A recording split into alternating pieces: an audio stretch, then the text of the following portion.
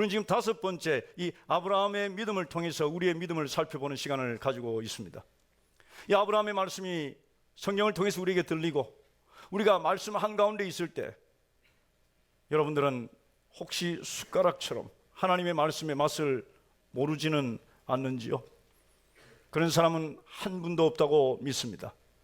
오늘 마치 혀가 그 맛을 알듯이 하나님의 말씀이 여러분들에게 꿀송이처럼 달게 하시고 그리고 여호와의 선하심이 우리에게 맛보아 알려지는 귀한 복된 시간 될 수 있기를 주님의 이름으로 축복합니다. 오늘 창세기 15장은 너무너무 중요한 장입니다.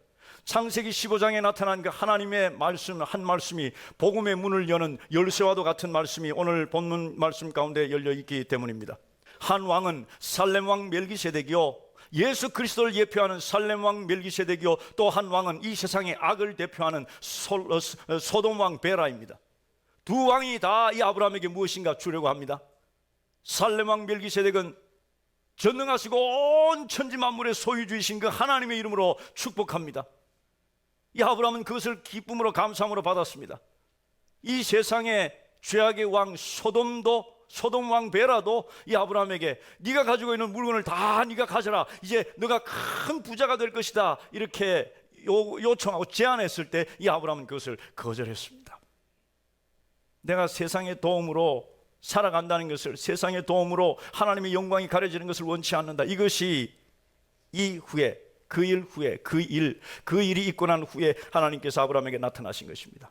승리입니다. 위대한 승리요, 신앙의 승리요, 믿음의 승리였습니다. 그런데 오늘 하나님께서 말씀하시기를 아브라함아 두려워하지 말라, 나는 네 방패 지극히 큰 상급이니, 이렇게 말씀하셨습니다. 하나님께서 두려워하지 말라고 말씀합니다. 승리 끝에 이 아브라함은 두려워하고 있을까요? 예, 그렇습니다. 이 아브라함 지금 두려움 가운데 있을 것이라고 생각이 됩니다. 왜냐하면 내 왕과 내 왕의 연합군과 더불어 싸워 이겼지만 그 네 왕들은 아직도 그 근처에 있었고, 아브라함은 지금 318명의 장정들이 그와 함께 있었지만 아브라함은 성 안에 있는 것도 아니요, 울타리 안에 있는 것도 아니요, 텐트 속에서 살고 있기에 언제 어느 순간에 와서 이 아브라함을 공격할 수 있고 언제 와서 이 아브라함을 죽일 수도 있는 그 기가 막힌 두려운 상황에 지금 아브라함이 처해 있습니다. 하나님께서는 그것을 아시고 아브라함에게 그 순간 나타나셔서 아브라함아 두려워하지 말라 말씀하시는 것입니다. 이것이 하나님의 속성입니다. 하나님께서는 하나님의 자녀들의 삶의 상황을 다 알고 계십니다. 지금 두려워하고 있는지, 염려하고 있는지, 걱정하고 있는지 다 알고 계신다는 말씀이에요. 믿으시면 아멘 합시다. 오늘 여러분들의 마음을 우리 주님, 우리 하나님께서는 다 아시고 그리고 우리들에게 오시는 것입니다. 한 장 앞에 보면 15장 말씀에 13장 14절 말씀에 롯이 아브라함을 떠난 후에 여호와께서 아브라함에게 이르시되, 롯이 아브라함을 떠났습니다. 지금 롯의 아브라함의 마음은 정말 상실감과 사랑하던 아들과 같은 롯이 더 좋은 땅을 찾아 떠나고 난 후에 섭섭함과 그리고 외로움에 가득 차 있을 때, 그때 하나님께서 나타나셔서 이 아브라함에게 다시금 약속하시고 복을 주시는 것입니다. 오늘 여러분들이 어떤 상황에 처해 있든지 그 상황을 우리 하나님께서는 다 알고 계십니다. 그리고 여러분들에게 그 순간 말씀하시고 은혜를 베푸실 것을 믿으시기를 바랍니다. 혹시 좌절과 절망에 빠져 있습니까? 두려움 가운데 있습니까? 눈을 들어 하나님을 보십시오. 하나님께서 여러분들과 함께 계실 것입니다. 하나님 이렇게 말씀하셨어요. 두려워하지 말라, 내가 너와 함께 함이라. 믿으시면 아멘 합시다. 이 하나님께서 아브라함에게 나타나신 것입니다. 오늘 본문을 통해서 이 아브라함에게 하나님께서 세 가지를 약속하시는 것을 발견하게 됩니다. 첫째 약속은 보호입니다. 내가 너를 보호하겠다, 내가 너를 지켜주겠다, 방패가 너를 지키는 것처럼 내가 너를 견고하게 지켜주리라, 그 어느 누구도 너를 해하지 못할 것이다 하는 말씀하셨습니다. 그리고 하나님께서 약속하신 그 약속도 내가 이행하리라 말씀하신 거예요. 상급이 되리라 말씀하셨습니다.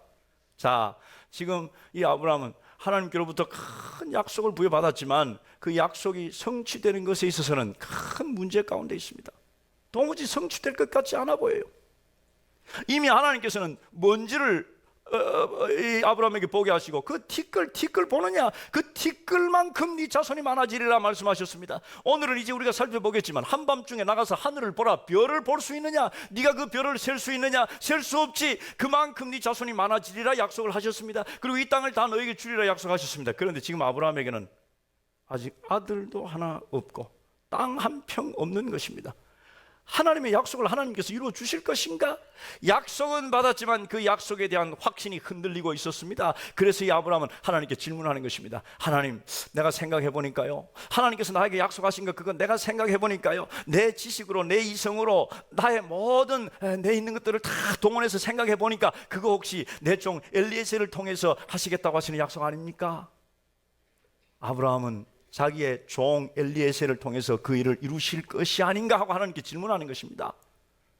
당시에 아들이 없는 큰 부호들은 종 중에 제일 좋은 신실한 종에게 그 모든 것을 다 물려주는 것이 전통처럼 관습처럼 되어 있었습니다. 그래서 그거 아닙니까? 하고 하나님께 물었어요. 여러분, 여기에서 우리가 받는 교훈이 있습니다. 하나님의 약속은 믿음으로 받는 것이지, 하나님의 약속을 우리가 분석하고 나의 이성으로 따져보고 재보고 그래서 이것이구나 라고 결론을 내릴 때 그것은 10중 8구 틀리다는 사실이에요. 이 아브라함은 에벤네셀이 해답인 줄 알았습니다. 그러나 그것이 아니었어요.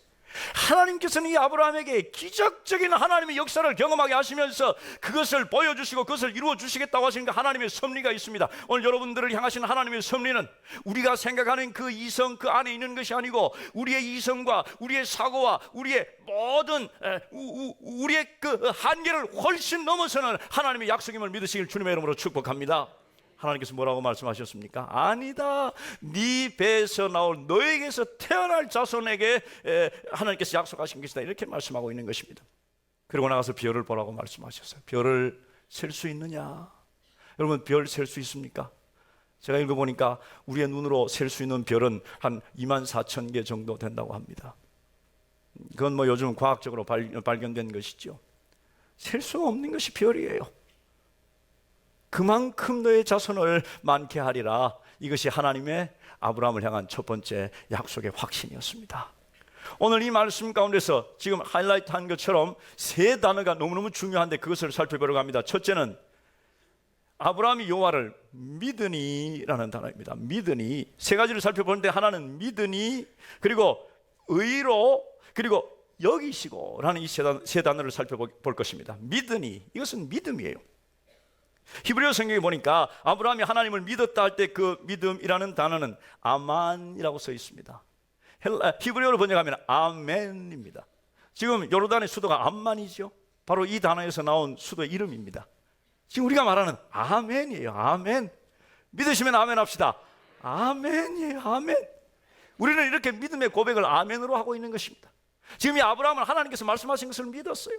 그 마음으로 다 받았습니다. 내가 받습니다.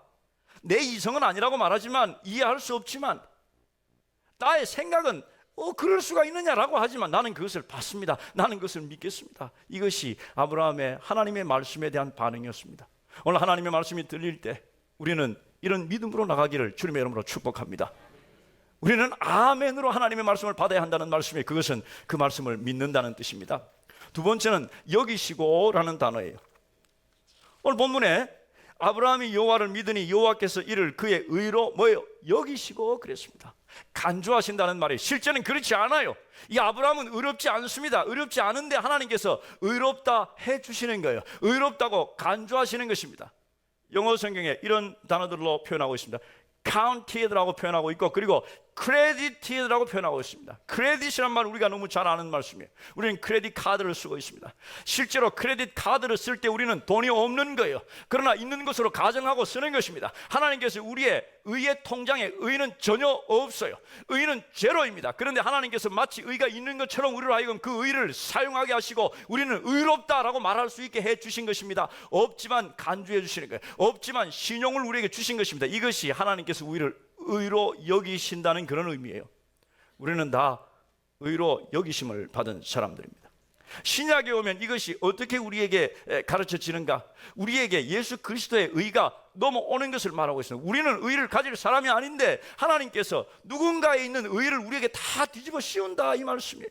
의로우신 예수 그리스도, 그분은 의이신데 그 의이신 예수 그리스도를 이 땅에 보내주셔서 십자가에 죽이심으로 우리 속에 있는 모든 죄, 우리는 절대 의롭지 않은데, 우리는 죄인인데 우리 속에 있는 죄를 그에게 다 전가시키시고, 그리고 그에게 있는 의를 우리에게 다 뒤집어 씌우셔서 우리에게 넘치게 주셔서 우리로 하여금 너는 의롭다, 너는 의롭대 라고 말씀하시는 것, 그것이 하나님께서 우리를 의롭다 간주하시는 그런 의미예요.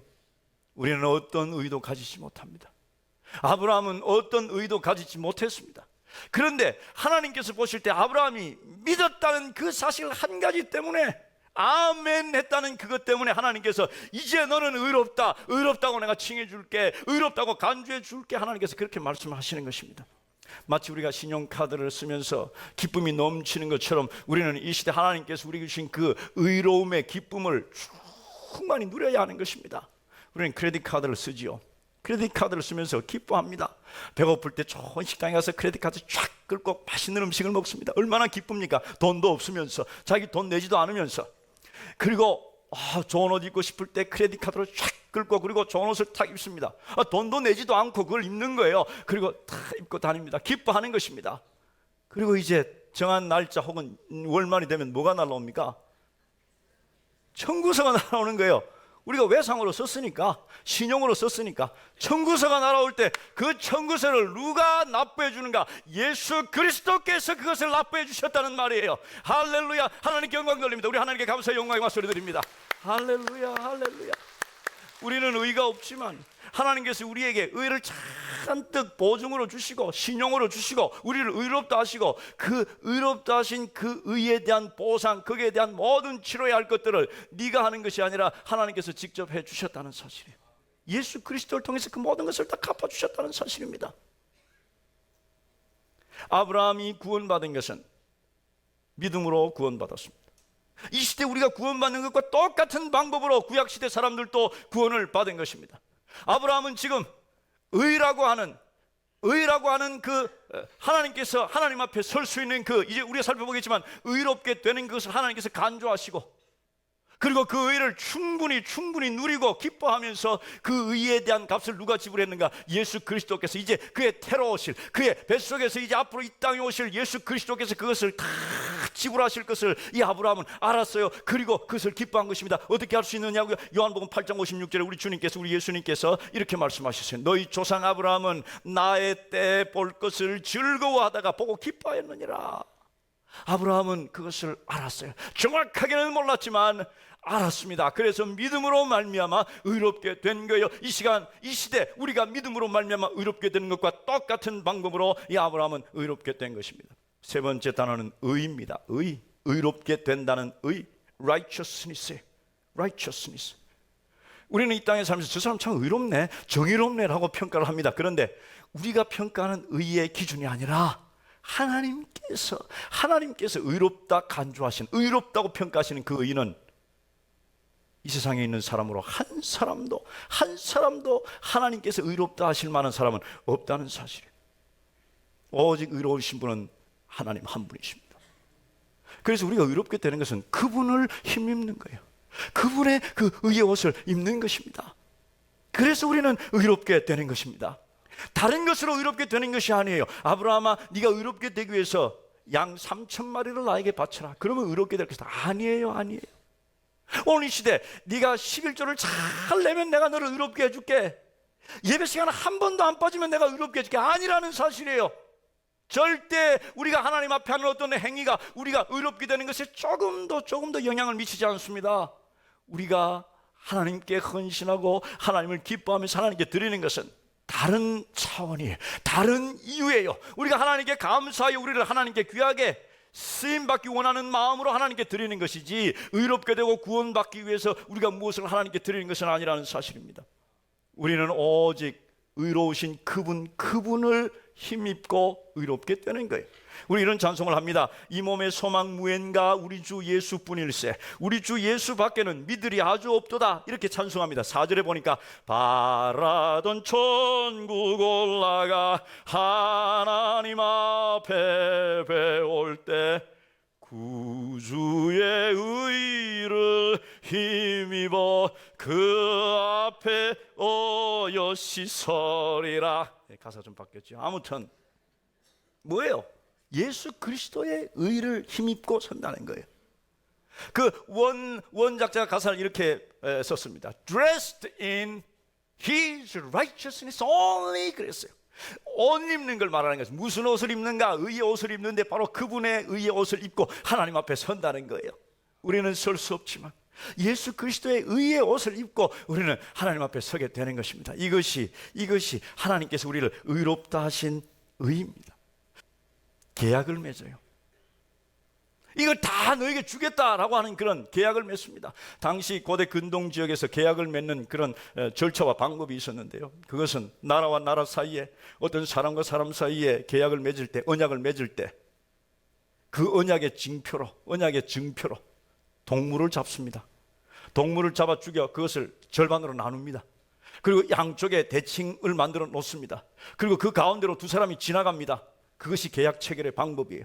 이 시대 도장을 찍고 뭘 하는 것처럼 그렇게 그 행위를 함으로써 그 계약이 성사되고 성립됩니다. 이유는 무엇인가? 만일 누구든지 이 계약을 어길 시에는 이 짐승처럼 죽는다는 것입니다. 누구든지 이 계약을 어길 시에는 이렇게 피를 흘려서 죽을 것을 맹세하고 그리고 계약을 맺는 거예요. 그것이 계약입니다. 이 시대 우리가 약속하고 그 약속을 쉽게 어기는 것, 그것을 너무너무 쉽게 하고 있다는 것은 한번 생각해 봐야 할 일입니다. 우리가 하나님 앞에서 약속하는 것은 이렇게 중하고 이렇게 무거운 약속, 무거운 언약이, 무거운 약속인데 우리는 너무나 쉽게 이 약속을 어기고 있는 것, 오늘 본문을 통해서 좀 깨닫는 시간 될 수 있기를 바랍니다. 이제 하나님께서 그 약속을, 그 언약을 체결하려고 하십니다. 9절에서 11절 사이에 여호와께서 그에게 이르시되 나를 위하여 3년 된 암소와 3년 된 암염소와 3년 된 순양과 산비둘기와 집비둘기 새끼를 가져올지니라. 이제 아브라함은 그것을 가지고 다 갈랐습니다. 그 중간에 쪼갠 것을 마주대하여 놓고 그리고 기다리고 있는 것입니다. 이제 하나님과 계약과 하나님과 언약을 맺을 준비가 되어 있는 것입니다.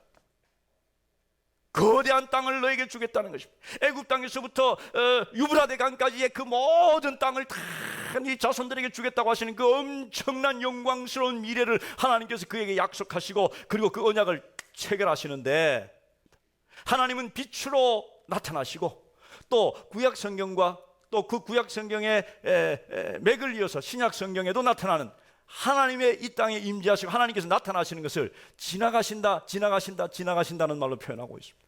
모세에게 하나님께서 나타나실 때 하나님께서 지나가셨다고 말씀하시고, 엘리야에게 하나님께서 나타나실 때 하나님께서 지나가셨다고 말씀하시고, 오늘도 보면 하나님께서 나타나실 때 빛으로 지나가셨다고 말씀하시고, 이제 구약에서 예수님께서 풍랑이는 그 바다 위로 걸어오시면서 제자들을 지나가시려고 하셨다고 말씀하고 있습니다. 이것은 그냥 지나가시는 의미가 무엇인가에 초점이 맞춰진 것이 아니라 하나님께서 임하셨다는, 하나님께서 오셨다는 것을 우리에게 가르쳐주는 그런 내용입니다.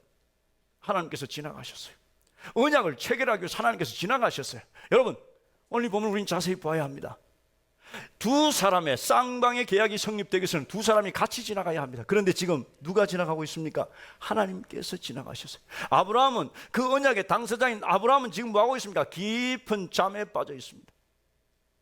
이 언약은 아브라함과 하나님 사이의 언약이었지만 이 언약의 맹세는 하나님께서 하시고, 이 언약은 하나님께서 100% 이루어 주시고, 이 언약이 파괴되었을 때 그 언약이 파괴된 것에 대한 처벌과 그 언약이 파괴된 것에 대한 그 모든 대가를 하나님께서 친히 지불하시겠다고 하나님 홀로 약속하시고 하나님 홀로 맹세하시고 그 쪼갠 고기 사이를 홀로 지나가신 거예요.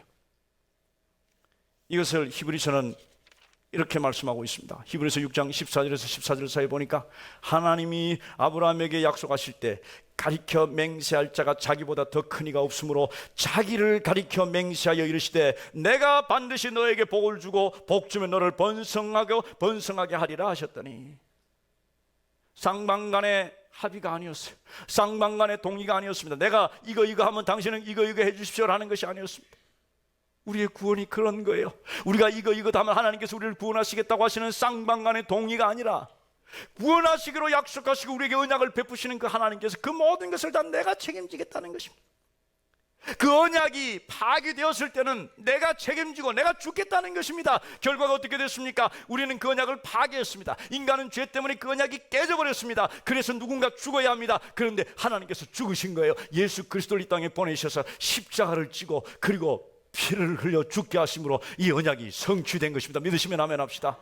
그래서 우리가 받는 의의는요, 하나님께서 책임지시고 하나님께서 모든 것을 다 완료하시고 하나님께서 완성하시고 우리에게 선물로 거저 주시는 은혜라는 것을 오늘 성경은 우리들에게 말씀하고 있는 것입니다. 오늘 본문을 통해서 우리는 세 가지 교훈을 받을 수 있습니다. 첫째는 하나님은 모든 사람을 똑같이 대우하시지 않는다는 사실입니다. 하나님께서는 아브라함을 선택하셨어요. 다른 사람을 선택하지 않았습니다. 옆집 사람도 선택하지 않았고, 아브라함보다 더 똑똑한 사람을 선택하지도 않았고, 당시에 아브라함 시대 약간 후에 살았던 함무라비 같은 그런 정말 유명하고도 굉장히 훌륭한 그런 왕을 선택하지도 않았습니다. 아브라함을 선택하셨어요. 아브라함에게 약속을 보여주셨어요. 아브라함에게 복을 주셨습니다. 롯에게 주시지도 않았어요. 하나님은 공평하신 분이 아닙니다. 하나님은 공평하신 분이 아니라 많은 사람들은, 내가 그런 하나님 믿을 수가 없다고 말하는 많은 사람들이 있습니다.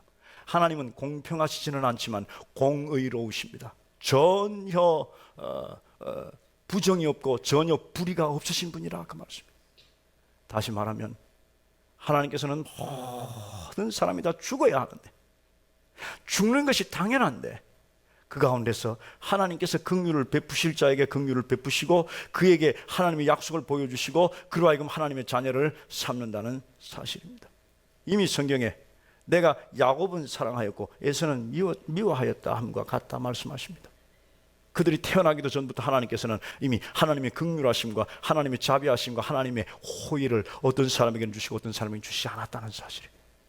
이것은 유전인자로 나누어지지도 않습니다. 한 집에 사는 쌍둥이 자매라 할지라도 한 사람은 예수 그리스도를 믿고 주님을 섬기며 주님 원하시는 길을 가는가 하면 한 사람은 하나님은 없다 말하면서 우리 주님의 반대편을 달려가는 그런 사람도 있을 수 있습니다. 오늘 여러분들은 선택받으셨습니까? 오늘 주일날 아침부터 목사 겁주네, 내가 선택받았는가 막 고민이 되십니까? 제가 오늘 이 말씀을 드리는 것은 오늘 여러분들이 이 자리에 나와 있다는 사실은 하나님께서 여러분들을 선택하시고 하나님께서 여러분들에게 하나님을 향한 마음을 주시고 하나님께서 하나님을 갈망하는 마음을 주시고 예배하려고 하는 마음을 주시고 그리고 하나님을 향한 마음을 우리들에게 주셨기에 하나님께서 여러분들을 너무너무 사랑하신다는 사실, 다른 사람보다 여러분들을 더 사랑하신다는 사실을 깨닫기 위해서 오늘 이 말씀을 여러분들과 함께 나누는 것입니다. 믿으시면 아멘 합시다. 오늘 하나님께서 여러분들을 사랑하십니다. 사랑하지 않는다면 오늘 이 자리에 여러분들 나와 있지는 않을 것입니다. 세상에 수없이 많은 사람들이 다 오늘 하나님을 모르는 곳에 있습니다. 그런데 여러분들이 이 자리에 있다는 사실은 어떤 동기로 이 자리에 있는지는 잘 모르겠어요. 그러나 가정의 평화를 위해서 오늘 교회 안 가면 오늘 일주일 동안 막 집에 팽팽한 냉기가 돌 것 같아서 아내에게 잘 보이기 위해서 오늘 이 자리에 나온 분도 혹시 있을지 모르겠어요. 무엇을 약속했으니까 그냥 1시간 때워주지라고 오신 분도 있을 것입니다. 하여간 그 모든 것이 하나님의 은혜라는 사실이에요. 하나님께서 여한 이유로 여러분들 이 자리에 불러주셨습니다. 왜요? 은혜를 베푸시기 위해서, 하나님의 그 호의를 우리가 누리기 위해서, 하나님의 그 놀라우신 약속을 받기 위해서 오늘 우리를 이 자리에 불러주셨다는 사실입니다. 믿으시면 아멘 합시다. 한번 따라서 합시다. 하나님은 나를 사랑하신다. 네, 하나님은 나를 사랑하신다. 이런 정도가 아니잖아요. 하나님은 나를 사랑하신다. 한번 따라서 합시다. 시작. 하나님은 나를 사랑하신다. 한 번 더 합니다. 하나님은 나를 너무너무 사랑하신다. 시작. 하나님은 나를 너무너무 사랑하신다. 그 하나님께 감사의 영광의 박수를 드립시다. 할렐루야, 할렐루야. 오늘 여러분들이 이 자리에 있다는 사실은 하나님께서 여러분들을 사랑하시고 하나님께서 여러분들에게 긍휼을 베푸시길 원하시고 하나님께서 여러분들이 하나님을 향한 그 마음을 추구하면서 그 마음을 계속 따라올 때 하나님의 놀라운 역사와 하나님의 뜻을 여러분들을 통해서 이루시고자 하시는 하나님의 뜻이 있다는 사실입니다. 그런데 시간이 10년이 가도 20년이 가도 아들 하나 안 생기고 자기 아내 사례가 죽을 때 땅 한 평이 없어서 돈을 주고 굴을 하나 샀습니다. 무슨 약속이 이렇습니까? 하나님 뭔지는커녕 세상에 뭔지는커녕 한 10명이라도 좀 주셔야 뭔가 보이지 않겠습니까? 이것이 오늘 우리들에게 주시는 교훈입니다. 하나님의 약속의 말씀을 기다리고 인내하면서 그 약속이 성취될 때까지 기다리는 삶, 그것이 아브라함을 통해서 배우는 믿음의 여정입니다. 아브라함은 성경의 아브라함의 삶의 표현을 믿음을 따라 죽었으며 약속은 받지 못했다고 말하고 있습니다. 이 엄청난 약속을 받았지만 그 약속이 성취되는 것을 보지 못하고 믿음을 따라서 죽었다는 사실입니다. 우리에게 가르치는 것이 무엇입니까? 우리가 하나님의 자녀 되는 순간 우리들의 삶의 폭은, 우리들의 삶의 길이는 달라지는 것입니다. 우리가 이 세상에 우리 주님을 모르며 살 때 우리의 삶의 폭은 태어나서 죽는 그 순간까지입니다. 무덤 이편까지. 그래서 그 안에 모든 것을 다 누려야 합니다. 그 안에 건강도 누리고, 그 안에 부도 누리고, 그 안에 형통함도 누리고, 그 안에 내가 높아지는 것도 누리고, 다 누려야 하는 것입니다. 왜냐하면 인간의 폭이, 우리의 삶의 폭이 그것까지밖에 되지 않기 때문입니다. 그러나 예수 그리스도를 영접하여 하나님의 자녀되는 그 순간 우리의 삶의 폭은 훨씬 더 길어집니다. 무덤 저편까지 연결되고, 그리고 영원까지 연결되는 것, 지속되는 것, 그것이 우리의 삶의 폭이기에 이제 하나님께서는 그 안에서 하나님의 약속을 우리에게 이루어 주시는 것입니다. 믿으시면 아멘 합시다. 세상에 많은 사람들이 특별히 번성신학이라는 것입니다. Prosper theology, prosper preacher가 있어요. 번성신학자들, 번성에 대한 설교를 합니다. 하나님께서 우리에게 모든 것을 다 주셨으니 저 집 내 것이다 선포하고, 그리고 살아있는 동안 그것을 가지라는 것입니다. 건강을 주셨으니 암은 떠나갈지어다 라고 말하며 선포하면서 모든 병이 치유되라는 것, 그것이 그들의 가르침입니다. 그러나 하나님께서 우리에게 그렇게 주시지 않았어요. 우리에게 필요한 신앙생활의 덕목은 기다림입니다. 기다림. 지금 여러분들 중에는 많은 분들이 무엇인가 기다리고 있을 것입니다. 내가 원하는 때 이루어지지 않는 것을 정말 안타까워하면서 기다리고 있을 것입니다. 우리는 우리가 원하는 때 이루어지는 것에 습관이 되어 있어요. 중학교를 졸업하고 고등학교 갈 때는 고등학교에 탁 입학해야 하고, 고등학교를 졸업하고 대학 갈 때는 무슨 대학에 탁 입학해야 하고, 그 정확한 시점에 무엇인가 이루어져야 하는 것에 너무너무 습관이 되어 있기에 그때 이루어지지 않으면 하나님의 약속이 없는 것처럼 생각합니다. 아니에요. 하나님께서는 그 원대한 여러분들을 향한 약속을 영원의 시간을 가지고 여러분들에게 이루어 주실 것입니다. 여러분들의 생에 또 어떤 약속도 이루어지지 않을 것이란 말은 절대로 아닙니다.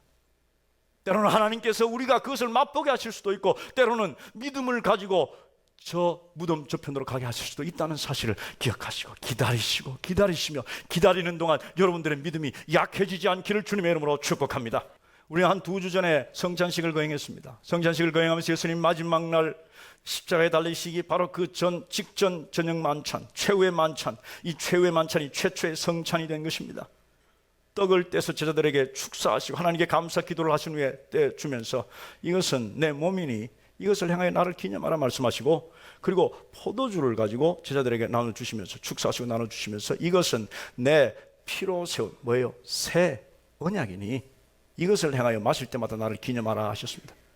우리는 그 순간부터 새로운 언약 속에 들어가는 것입니다. 예수님께서 십자가에 달려 죽으심으로 하나님께서 아브라함과 언약하신 그 모든 성경 언약들을 다 완성하신 거예요. 혼자서 타는 횃불로 쪼갠 고기 사이로 지나가시면서 인간과 맺었던 그 언약, 아브라함과 맺었던 그 언약에 아브라함이 실패함으로 누군가 죽어야 그 언약이 완성되는데, 그 언약의 완성을 위해서 예수 그리스도께서 이 땅에 오셔서 죽으심으로 그 언약이 완성되어 우리는 새로운 언약 가운데 들어가게 되었다고 예수님 말씀하고 있는 것입니다. 그 새로운 언약은 예수 그리스도를 가짐으로, 예수 그리스도를 주로 영접함으로 하나님의 자녀가 되는 권세를 얻는 그 새로운 언약임을 성경은 우리들에게 말씀해 주고 있는 것입니다. 믿으시면 아멘 합시다. 마지막으로 한 가지 이야기만 하고 말씀 마치려고 합니다. 어떤 한 큰 부자가 있었습니다. 너무너무 돈이 많았습니다. 이 사람의 취미는 그림을 수집하는 것이었습니다. 아들과 함께, 외동아들, 무녀 동남, 혼자 있는 그 외동아들과 함께 어디에 그림 좋은 것이 있다 그러면 그 아들과 함께 그림을 사러 가 그 그림을 수집하는 것, 그것이 정말 큰 취미였고 유일한 취미였고 즐거움이었습니다. 그런데 어느 해 전쟁이 발발하고, 그리고 이 아들이 전쟁에 끌려갔습니다. 징집되어 갔습니다. 한 3달쯤 있다 전사 통보가 왔습니다. 이 아들이 죽었다는 것입니다. 얼마나 낙심이 되는지 그때부터 이 사람은 시름시름 앓기 시작을 했습니다. 어떤 즐거움도 다 사라져 버렸습니다. 그림을 볼 때마다 아들이 생각났습니다. 정말 견딜 수가 없었습니다. 그런데 그해 겨울 크리스마스가 되었을 때 어떤 사람이 그 집에 문을 두드렸습니다. 아버지가 문을 열고 보니 한 청년이 구름이 하나를 들고 서 있습니다. 들어오십시오. 대화를 나눕니다. 아버님, 제가 아버님의 아드님, 그 아드님과 같은 부대에 있었습니다. 같은 군대에 있었습니다. 아드님이 저를 구하기 위해서 전사했습니다. 저는 그림을 공부하는 사람인데 아직 훌륭한 화가는 아니지만 제가 같이 있을 때 아들의 얼굴을 그린 초상화가 여기 있습니다. 제가 이것을 복원하는 것이 아니라 정말 값어치가 있는 그런 그림은 아니지만 이 그림은 아버님께서 가지고 계시는 것이 좋겠다 생각해서 가지고 왔습니다. 그래서 펴보니까 아들의 얼굴이 그려져 있습니다. 정확하게 세세하게 그 표정까지 잘 묘사되어 있었습니다. 그림으로서의 가치는 전혀 없었지만 그 아들을 보는 순간 그 마음속에 다시금 불꽃이 일어나기 시작을 했습니다. 그래서 이 그림 사겠습니다 그랬습니다. 그랬더니 아닙니다. 이 그림은 팔려고 온 것이 아니라 너무나 고맙고 감사해서 이 그림을 드리고 갑니다. 그래서 그때부터 이 아버지는 그 그림을 제일 비싼 그림이 있던 그 자리, 벽난로 가장 중심에 있던 그 그림 다 치우고 이 아들 그림을 걸었습니다. 그리고 그 아들 그림만 바라보면서 아들을 생각하면서 살다 그 겨울 지나고 봄에 세상을 떠났습니다. 이 사람이 세상을 떠났던 말을 세계 각국에 있는 그림 애호가들이 들었습니다. 그리고 기대를 하는 것입니다. 그 사람이 세상을 떠났으면 그 사람이 소장하고 있던 그 그림들을 다 경매에 나올 것이다. 그림들이 다 경매에 나오면 그때 내가 그 사람이 가지고 있었던 그림을 사고 싶다는 사람들이 많았어요.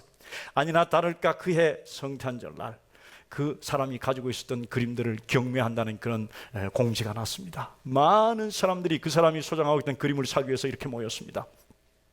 드디어 경매가 열렸습니다. 옥션리어가 경매를 시작합니다 하고는 첫 번째 팔 그림은 이것입니다 라면서 착 가져와서 커튼을 딱 벗기는 순간 그 아들의 그림이었습니다.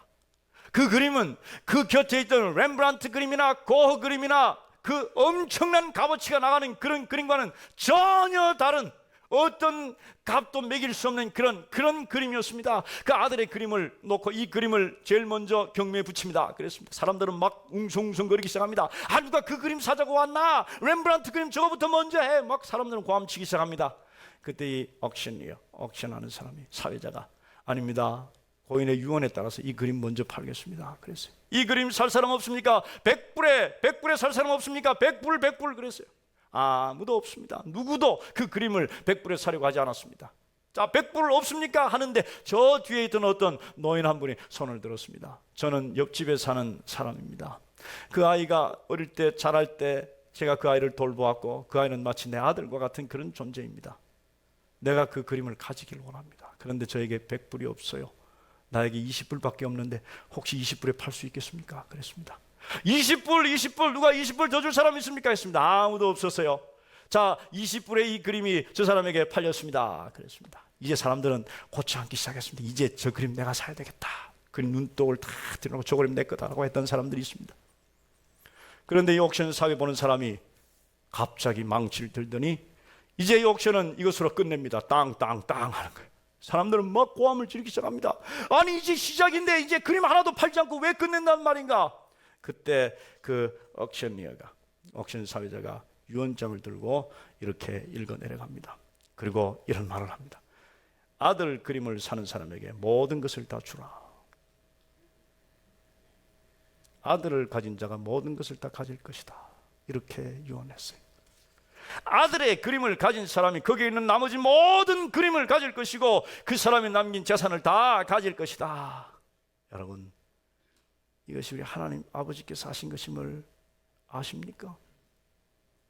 하나님 아버지께서 아들을 이 땅에 보내시고 그를 죽게 하시고 그리고 그 아들을 가진 자는, 아들이 있는 자는 모든 것을 다 가지게 될 것이다 말씀하신 그 하나님, 아들을 우리에게 주시니까 모든 것을 다 우리에게 주시지 않겠느냐고 사도 바울이 외쳤던 그 하나님의 속성, 그 하나님의 사랑, 오늘 우리는 그 예수 그리스도가 새 언약의 주인이심을 알아 그 새 언약이신 예수 그리스도를 마음에 품는 사람, 그 새 언약을 가진 사람은 모든 것을 다 가지게 되는 것입니다. 이것이 다 하나님의 약속이에요.